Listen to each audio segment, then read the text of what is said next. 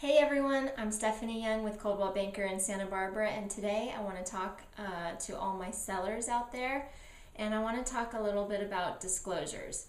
So, as you know, sellers are required to make certain disclosures to a buyer when selling their home. Now, the purchase contract says that a seller is required to disclose known material facts and defects.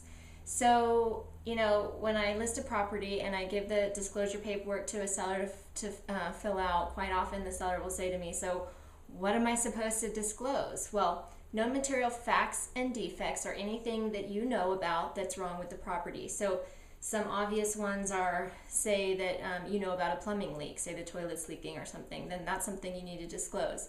Another thing you would need to disclose if you know if there's any electrical work that's not working. Say there's a light that's out and you've replaced the bulb and the light still doesn't seem to work. That's something that needs to be disclosed. But there are other things that are less obvious that also need to be disclosed, such as, let's say you have a really noisy neighbor and you know that every Friday, Saturday, Sunday night this neighbor has loud parties and loud music and lots of people over and all the parking along the street fills up and that sort of thing. That's something you probably should disclose. Now, you may not think of that being something that you need to disclose, but consider this. You move out, you sell the house, and the buyer moves in, and there's somebody that likes to have really quiet weekends and likes to just kind of stay home and read and have some peace and quiet.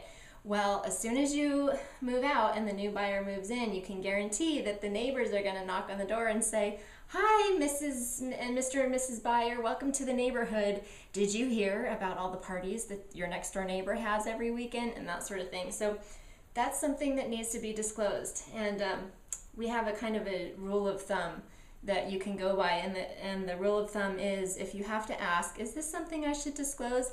Then probably yes, that's the answer. It's always better to disclose up front and let the buyer decide, okay, this is something I can live with, rather than not disclose and then later have a buyer come back to you and say, you didn't tell me that this guy had parties every weekend and I'm not okay with that. So that's my advice for today. If you have questions or comments or disagree with anything I've said, feel free to email me at stephanie@santabarbararealestateguide.com. Have a great day.